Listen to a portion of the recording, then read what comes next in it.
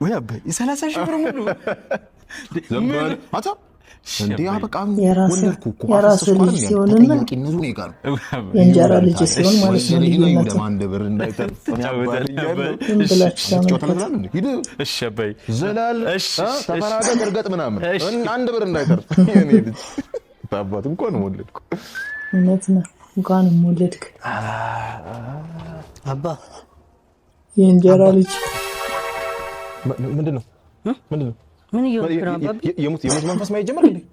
ማለት አይ አባዬ ስትል አባቴ ስለሞተ መንፈስ አይተኩ ነው ይሄን መቼ ምንና ነው አባዬ ያልከው ቻራ አባቢ እንደዚህ እኔ አባቴ ቢያምኝ ተቀበልኩ አይደል እንዴ ልጄ እንኳን ብላ ተቀበለኝ አሳደከኝ አይደል እንዴ እኔ እንጀራ አባት ነኝ አታምንም ነው እንዴ ምንድነው ስማ ደግሞ ይኸውልህ እኔ አመንኩሽ እኔ ልጄ ነኝ እኔ ሰውነቴ ልጄ ነው ብሎ አሳመነኝ የዘር ፍሬን እንዴት ላርገው እንዴት ይመንልኝ እሱ በቃ የኔ አይደለም የኔ ፈሳሽ አይደለም ምን ላርግ